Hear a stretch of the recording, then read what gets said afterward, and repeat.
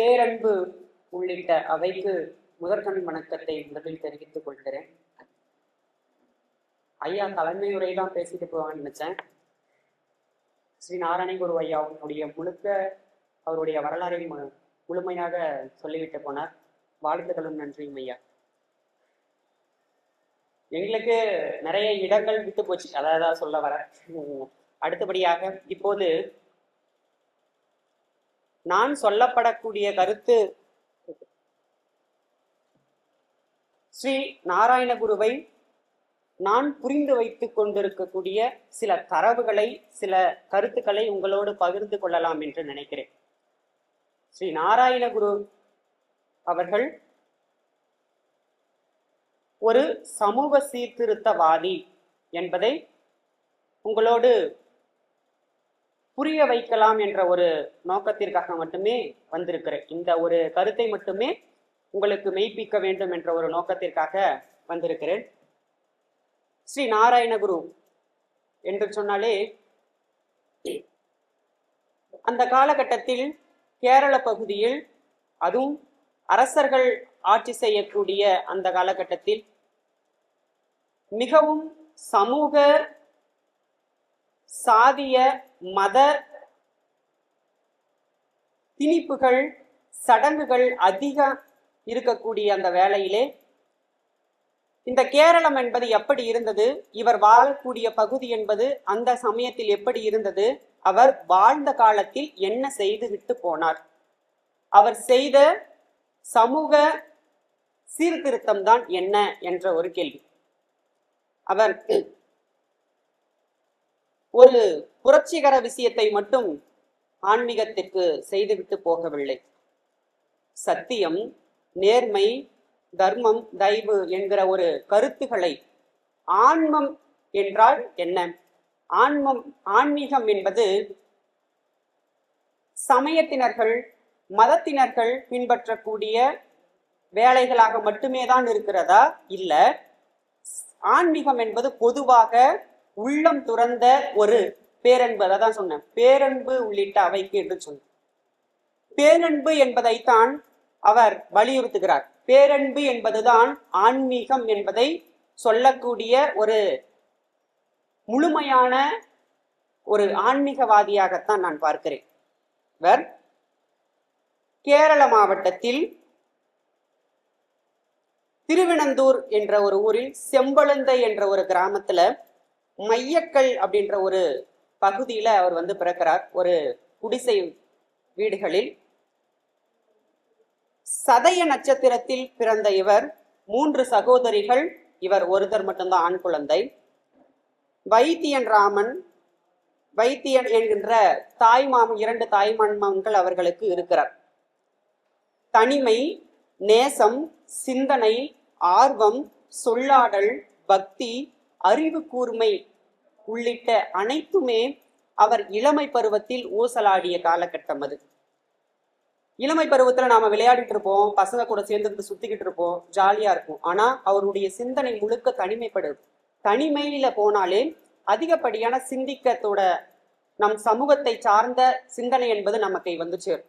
இந்த ஒரு சிந்தனைக்கு யார் ஆட்படுகிறார் என்று சொன்னால் ஸ்ரீ நாராயணகுரு அவர்கள் ஆட்படுகிறார். இளமை காலத்திலே அவருடைய தந்தை சமஸ்கிருத மொழியை கற்பிக்கிறார். அதற்கு பிறகு திருவிதாங்கூரில் கல்வி கற்பிப்பதற்காக அவரை அனுமதிக்கப்படுகிறார்கள். அவர்களும் சென்று கல்வியை முழுமையாக கற்று வருகிறார்.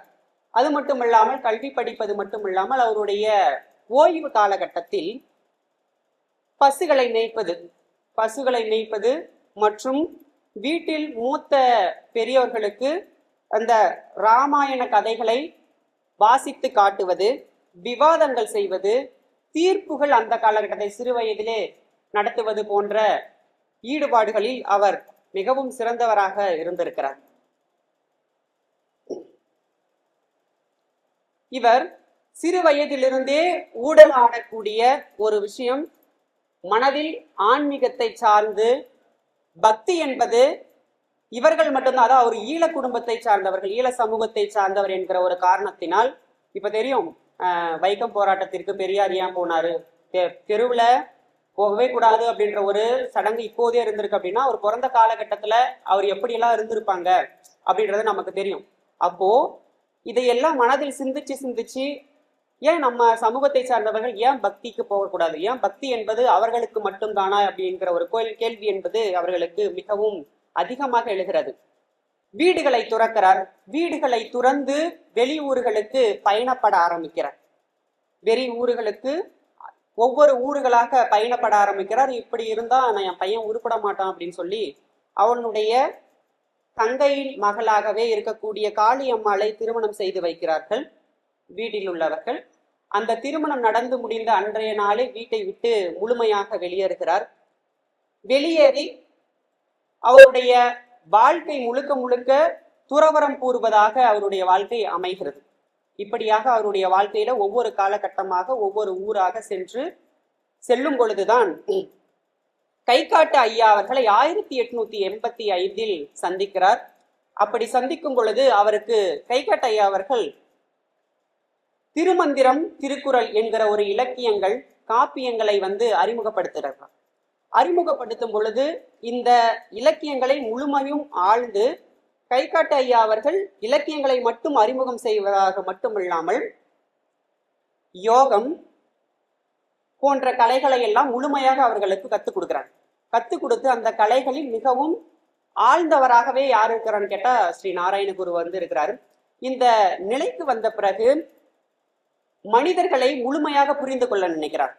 மனிதர்களை முழுமையாக புரிந்து கொண்டு தாழ்ந்த சமூகத்தினர் இவர்களோடு வந்த பிறகு உரையாடுவது, சமஸ்கிருதம் தெரியாதவர்களுக்கு சமஸ்கிருதம் சொல்லி தருவது, இது போன்ற அறப்பணியில் ஸ்ரீ நாராயணகுரு அவர்கள் ஈடுபட்டிருக்கிறார்.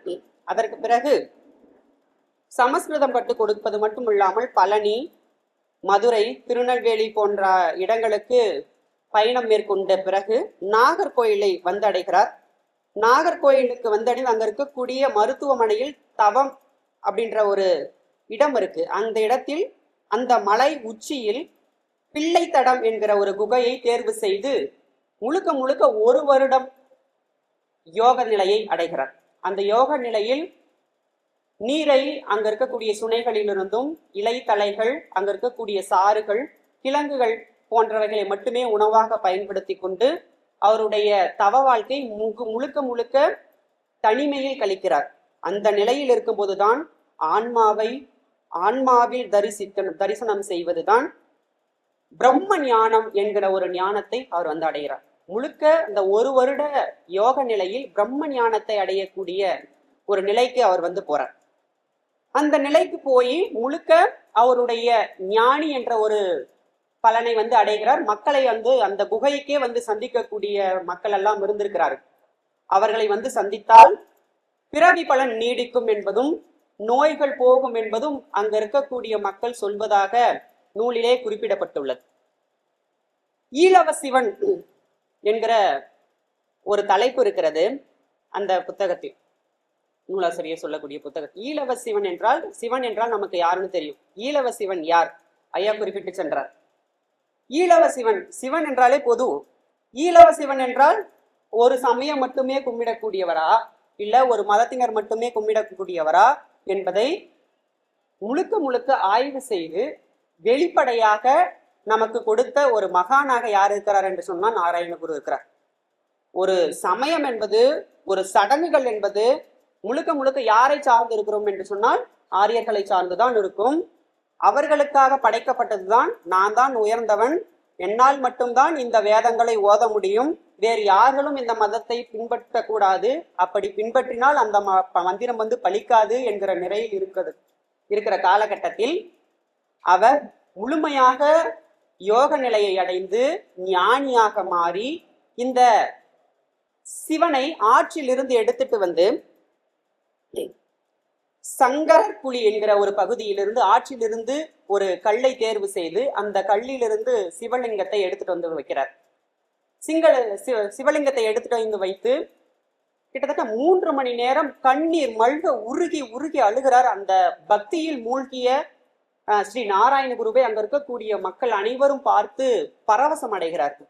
அதற்கு பிறகு இந்த சமயம் என்பது, இந்த கோயில் என்பது மிகவும் புனிதப்பட்டதாக அனைவராலும் வழிபாட்டு வரக்கூடியதாக இருந்துச்சு.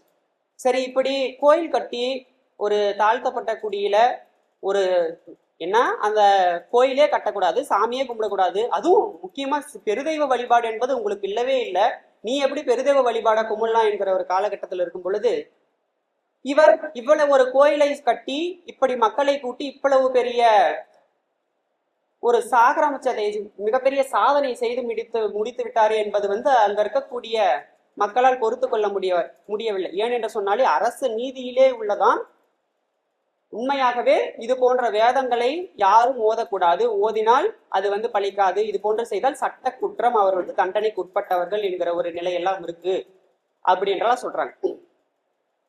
இவர் மந்திரம் மோதி பண்ண சடங்குகள் என்பது இந்த தெய்வம் வழிபாடு என்பது தெய்வம் உண்மையாவே கிடைச்சிருது என்கிற ஒரு நம்பிக்கையால இவர் மக்கள் எல்லாமே வழிபாட்டிட்டு வந்ததை பார்த்து இவர்களுக்கு பொறாமை. அவன் கேள்வி கேட்காம இருப்பானா? கேள்வி கேட்கிறான். கேள்வி கேட்கும் பொழுது இவர்கள் பதில் சொல்றாரு ஸ்ரீ நாராயணகுரு ஐயா, நம்பூதிரியின் சிலையை பிரதிஷ்டை செய்யவில்லை, நான் ஈழவ சிலையை தான் பிரதிஷ்டை செய்தேன், உங்களுக்கு என்ன என்று கேட்கிறார். நான் உங்க சிலையை இன்னும் பிரதிஷ்டை செய்யல, என் ஊர்ல என் கல்ல எடுத்துட்டு நான் பிரதிஷ்டை செய்யறேன், சக்தி வந்தாலும் சரி சக்தி வரலனாலும் சரி நாங்க எங்க கோயில கும்பிட்டுக்கிறோம், உங்களுக்கு என்ன அப்படின்றவர் கேட்கிறாரு. அதுக்கு அவனால பதில் சொல்ல முடியல. இப்படி சொன்ன உடனே அவன் அவர்கள் அமைதியாக ஓடுங்க. இது ஒரு சாதாரணமான விஷயம் கிடையாது. அந்த காலகட்டத்தில் எதிர்ப்பு என்பது, ஒரு சமய திணிப்பு என்பது, பெருதெய்வ வழிபாடுவது என்பது அவ்வளவு பெரிய விஷயம் கிடையாது. இவ்வளவு ஒரு சமூக சீர்திருத்தத்தை கொண்டு வந்தது என்பது மிகப்பெரிய வேலையாகத்தான் நான் பார்க்கிறேன்.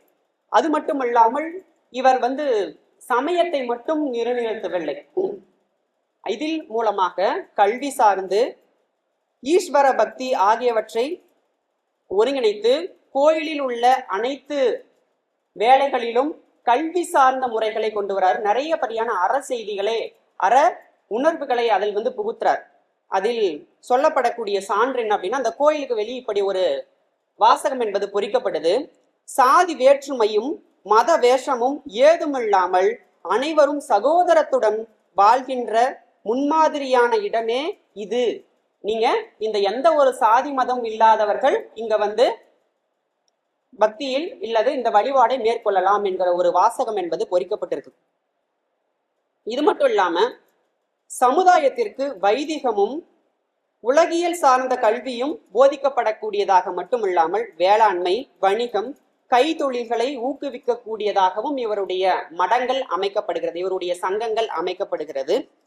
வழிபாட்டு ஸ்தலங்களில் பள்ளிக்கூடங்கள் துறவிவதும் சமுதாய மக்களுக்கு உதவுவதும் மட்டும்தான் இவருடைய வேலையாக தொடர்ந்து இயங்கி வரக்கூடியதாக இருக்குது. இதுல 2 கூற்றுகளை அவருடைய பேச்சிலே நமக்கு சொல்றார். முக்கியமான விஷயம், முதலாவது, தனக்கே சந்தேகம் உள்ள கருத்துக்களை போதனை செய்யக்கூடாது. 2வது, மிக கீழ் சாதியினராக கருதப்படுபவர்களுக்கும் மன வருத்தத்தையோ மேல் சாதியினராக மதிக்கப்படுபவர்களுக்கு ஆத்திரத்தையோ தூண்டும் வகையில் சொற்பொழிவு வழங்கக்கூடாது என்கிற ஒரு முக்கியமான கருத்தை அவர்கள் மடத்தை சார்ந்தவர்களுக்கு போதித்தார். இது போன்ற செய்திகளை முழுக்க சொல்லி வந்த ஸ்ரீ நாராயணகுரு அவர்கள் யோகம் மனிதனை சமமானவர்களாக கருத வேண்டும் என்று வலியுறுத்தி சமுதாய சங்கத்தை இவர் நிறுவி சமூக சீர்திருத்தத்தை அதிகமாக மேற்கொண்டார். சுதந்திரம், நம்பிக்கை, நாகரீகம் என்கிற ஒரு அடிப்படையில் மக்கள் போதுமானதாக பக்தி நெறியை அவர்கள் கடைபிடிக்க வேண்டும். பக்தி என்றால், ஆன்மீகம் என்றால் முழுக்க யோகம், அது பேரன்பு என்கிற ஒரு நிலைக்கு கொண்டு வரார். ஒரே சாதி, ஒரே சமயம், ஒரே சாதி, ஒரே சமயம், ஒரே சாமி மனிதனுக்கு என்கிற ஒரு கோட்பாடை ஸ்ரீ நாராயணகுரு அவர்கள் முன்வைக்கிறார். ஒரே சாமி தான், ஒரே சமயம் தான், ஒரே சாமி தான், எதுக்கு? மனிதர்களுக்கு, வேற எதுவுமே இல்லை. அப்படின்னா இந்த சாதி என்பது யாரை குறிக்கக்கூடியது என்று அது பின்னாடி வருது பார்க்கலாம். ஸ்ரீ நாராயணகுரு அவர்களுடைய வரலாற்று காலத்துல இந்த அவருடைய காலகட்டத்தில் வர்ணாசிரமம் என்பது எவ்வளவு தூக்கி பிடித்திருக்கக்கூடிய காலகட்டம் என்பது உங்களுக்கு தெரியும். இந்த வர்ணாசிரம காலகட்டத்துல அதிகப்படியான இந்த தீண்டாமை என்கிற ஒன்று வந்து இருந்திருக்கு. அந்த தீண்டாமை என்பது இந்த குறிப்பிட்ட ஜாதிகள் வந்து இந்த பகுதியில் இருந்து இந்த பகுதி வர அப்படின்றது இல்ல, டிஸ்டன்ஸ், சோசியல் டிஸ்டன்ஸ் சொல்லுவாங்க இல்லையா. நாம குறிப்பிட்ட ஜாதிகள் நீ இவ்வளவு டிஸ்டன்ஸை மெயின்டைன் பண்ணணும், குறிப்பிட்ட ஜாதிகள் இவ்வளவு டிஸ்டன்ஸை மெயின்டைன் பண்ணணும் என்கிற திணிப்பு என்பது அந்த காலகட்டத்தில் விதிக்கப்பட்டிருந்தது. அந்த விதிப்புகளினுடைய அடிப்படையில கீழ் சாதியினரை கொலை செய்வதற்கும் மேல் சாதிக்கு உரிமை என்பது வழங்கப்பட்டிருந்தது. ரொம்ப முக்கியம் இது. ஏன்னா இந்த ஒரு திணிப்பு தான், இந்த ஒரு அனுமதி தான் இப்போ ஆதிக்க சாதியினர் ஆணவ கொலை என்கிற ஒரு நிலைக்கு இப்போ வந்து நிக்குது. அவன் இப்ப அனுமதிச்சுதான் இப்போ எத்தனை கொலை இப்ப வருடத்தில் நாம பார்த்துக்கிட்டு இருக்கோம் என்கிற ஒரு நிலைக்கு இப்ப வந்திருக்கோம். அப்படின்னா அதை அப்பவே தடுத்து நிறுத்தக்கூடிய வேலையில் ஈடுபட்டவர் தான் ஸ்ரீ நாராயணகுரு அவர்கள். வழிபாட்டு தெய்வங்கள் என்று சொன்னா நீ வந்து சிறுதெய்வ வழிபாடை தான் வழிபடணும். அப்படி சிறுதெய்வ வழிபாடு என்ன அப்படின்னா மாடன், மருதா, யச்சி, குட்டிச்சாத்தான் போன்ற சிறுதெய்வங்களை தான் நீ வழிபடணும். அது என்ன பண்ணும் அப்படின்னா மது, மாமிசம், ரத்தம் போன்ற உணவுகளை தான் உட்கொள்ளும். இது போன்ற சிறுதெய்வங்களை தான் வழிபடக்கூடிய சடங்குகள் என்பது அந்த காலகட்டத்தில் இருந்தது. அது மட்டும் இல்லாம சடங்குகள்ல தாலி கட்டக்கூடிய சடங்கு, புலிக்குடி, திருட்டுக்குழி அப்படின்ற ஒரு சடங்குகள் இந்த மிக முக்கியமானதாக இருந்திருக்கு. தாலி கட்டக்கூடிய முறை என்பது 11-12 வயசுலேயே திருமணம் நடக்காத முன்னே தாலி கட்டிடுவாங்க அப்படின்ற ஒரு சடங்கு இருக்கு. புலிக்குடி என்று சொன்னால் கர்ப்பமாகி 7 மாதங்களுக்கு பிறகு ரசத்தோடு சேர்ந்து புலி கரைசலை சேர்ந்து குடிப்பதா, இது ஒரு சடங்கா. அது மட்டுமல்லாமல் திரட்டுக்குழி என்று சொன்னால்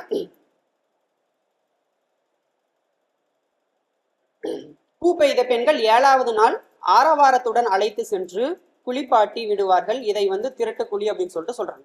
7 நாட்கள்ல இது போன்ற சடங்குகளை செய்வாங்க. இந்த சடங்குகளை செய்யும் பொழுது சாதாரணமாக செய்ய மாட்டாங்களாம், தடபுடலா செய்வாங்க. ஏன்னா இந்த சடங்குகளை செய்வதற்கு பல வகையான பொருட்கள் தேவை என்பதற்கும் இந்த தேவை ஆடம்பர செலவு என்பதை முழுமையாக குறைக்க வேண்டும். இது வந்து தேவையற்ற சடங்கு, இதை வந்து நிறுத்த வேண்டும் என்பதற்காகவே ஸ்ரீ நாராயணகுரு ஐயா அவர்கள் வந்து போராடிட்டு இருந்திருக்காங்க. சமூக சீர்திருத்தவாதியாக மட்டுமில்லாம சடங்குகளை எளிமையாக, மிகவும் எந்த விதமான பொருளாதார வசதியும் இல்லாத மக்கள் இதை வந்து பயன்படுத்த முடியாது, அதனால எளிமையான சடங்குகளை மட்டுமே சொல்லி ஊக்குவிப்பதாக அவருடைய சேவை என்பது இருந்திருக்கிறது. பார்ப்பனர்கள் அந்த காலகட்டத்தில் எந்த விதமான வரி விதிப்பும் அவர்களுக்கு வந்து கொடுக்கல. ஆனா நம்ம கிட்ட இருந்து ஏராளமான வரிகளை வாங்கினாங்க. வரிகள் என்று சொன்னாலே பலவிதமான வரிகளை அடிக்கிட்டு போலாம், அத்தனை விதமான வரிகள் என்பது இருந்துச்சு. அவர்கள் உண்டு கொடுக்கும் நாளொன்றுக்கு உருண்டு புரண்டு அப்படின்ற ஒரு விதிகளை பயன்பட்டு இருந்தாங்க. நல்லா சாப்பிட்றது, தூங்குறது, இது போன்ற வேலைகள் மட்டும்தான் அவன் வந்து இருக்கான். அவனுக்கான விதி என்பது ஒண்ணுமே இல்லை. போய் கோயில்கள்ல இது போன்ற ஆகம விதிகளை வந்து செய்வது மட்டும்தான் அப்படின்ற ஒரு நீதிகள் மட்டும் இருக்கு. அதுக்கப்புறமா அதான் சொன்னேன், ஒரே சாதி, ஒரே சமயம், ஒரே சாமி மனிதனுக்கு என்கிற ஒரு கோட்பாடை முழுக்க முழுக்க அவர் வந்து சொல்லிட்டு வராரு. அப்படி சொல்லும் பொழுது ஒரே சாதி என்றால் அது வந்து மனித சாதி மட்டும்தான், வேற எந்த சாதியுமே இல்லை. இறையவருள் நாடி ஆன்ம நலனுக்காக முயற்சிக்கும் ஒரே ஒரு சமயம் மட்டும்தான் இருக்கு, வேற சமயம் இல்லை. மதம் எதுவாயினும் மானிட மேம்பாட்டை அடைவதாகும், வேறு மதம் எதுவுமே இல்லை என்கின்ற ஒரு முழக்கத்தை அவர் வந்து எழுப்பலார். இது போன்ற முழக்கங்கள் சமூக சீர்திருத்தம் செய்வதற்கு மிகவும் ஆதரவாக இருந்தது என்று சொல்லி இறுதியாக அறிவு என்றால் என்ன என்பதை வந்து நமக்கு விளக்குறார். அறிவு என்றால் என்ன? அறிவு பெற்று மீட்சி அடையுங்கள், சங்கம் அமைத்து சக்தி பெறுங்கள் அப்படின்னு சொல்லிட்டு சொல்றாரு. அப்போ அறிவு என்றால் என்ன என்கிற ஒரு கோட்பாடுக்கு எது அறிவு, எது ஞானம் சொல்றான் இல்லையா, திருவள்ளுவர் சொல்றாரு இல்லையா, எப்பொருள் யார் யார் வாய் கேட்பினும் அப்பொருள் மெய்ப்பொருள் காண்பது அறிவு அப்படி சொல்றார். அறிவை வந்து இவர் பாரதிதாசன் வந்து வேற மாதிரி விளக்குறார். பாரடா இப்புவி மக்களை, பாரடா எனது மானிட பரப்பை, எக்குலம் என்றுனை தன்னிடம் முட்டியே மக்கள் பெருங்கடல் பார்த்து மகிழ்ச்சி கொள், அறிவை விரிவு செய், அறிவை விரிவு செய், அகண்டமாக்கு விசால பார்வையால் விழுங்கு மக்களை அணைந்து கொள், மானிட சங்கமம் நான் என்று கூறு என்று பாரதிதாசன் சொல்லிவிட்டு போனார். இது மட்டும் இல்லாம அறிவை மிகவும் சிறப்பா சொல்லக்கூடிய பாரதியார், பாரதிதாசன் போன்ற விழுமியங்கள் இருந்துதான் நாம கத்துக்க வேண்டிய பாடமா இருக்கு. அது மட்டும் இல்லாம அறிவை அருணகிரிநாதர் ஒரு வகையில கையாடுறார். இது ஸ்ரீ நாராயணகுரு ஐயா அவரினுடைய கருத்திற்கு உடன்பட்டு இருக்கிறது என்பதனால் இதை சொல்றேன். குறியை குறியா குறிப்பதையும் நெறியை தனியால் இருப்பதையும் செறிவற்றுலோங்கே சிறந்திருப்பதையும் அறிவாதுமே அப்படின்ற ஒரு பாடல். அதாவது இந்த தெய்வம் என்பது பல வகையான கத்திகள் ஆயுதங்களை கொண்டு ஏந்தி இருப்பது மட்டும் தெய்வம் கிடையாது. தெய்வம் என்றால் என்ன அப்படின்னா பேரன்பு. அது ஒளி, சுத்த வெளி என்பதை தவிர வேறு எதுவுமே கிடையாது என்பதை சொல்லக்கூடியதாக நமக்கு இருக்கிறது. தான் சொல்லிடுற ஆலயம் தொழுதல் சாலவும் நன்று என்கிற ஒரு கருத்து வள்ளலார் வழியாக நம்ம பல வகையான கோட்பாடுகளை நாம் திரும்ப திரும்ப சொன்னாலும் இதை நாராயணகுரு அவர்கள் எப்படி பின்பற்றினார் என்பதும் நமக்கு சமூக சீர்திருத்தத்திற்காக அவர் கொண்டு வந்த பல வகையான செய்திகள் என்பதும் நமக்கு நினைவுக்கு வருகிறது. இவர் கொண்டு வந்த முறையால் தான் கேரள மக்கள் என்பது இப்போது இருக்கக்கூடிய நிலையில் இருந்து கொஞ்சம் விடுபட்டு ஒரு மகிழ்வான வாழ்க்கையை வாழ்ந்திருக்கிறார்கள். அவருடைய பிறந்த நாளை இப்போது இன்றைய காலகட்டத்தில் எப்படி கொண்டாடுகிறார்கள் என்று சொன்னால் கேரளத்தில் போய் பார்த்தால் தெரியும். அவ்வளவு சிறப்பாக கொண்டாடி கொண்டிருக்கிறார்கள். அவர் ஒரு மிகப்பெரிய சகாப்தம், ஒரு ஆன்ம ஞானி மட்டுமல்ல, ஒரு பேரன்பினுடைய ஒளியாக நான் பார்க்கிறேன் என்று சொல்லி வாய்ப்பிற்கு நன்றி கூறியமைக்காக நன்றி கூறி விடைபெறுகிறேன். நன்றி, வணக்கம்.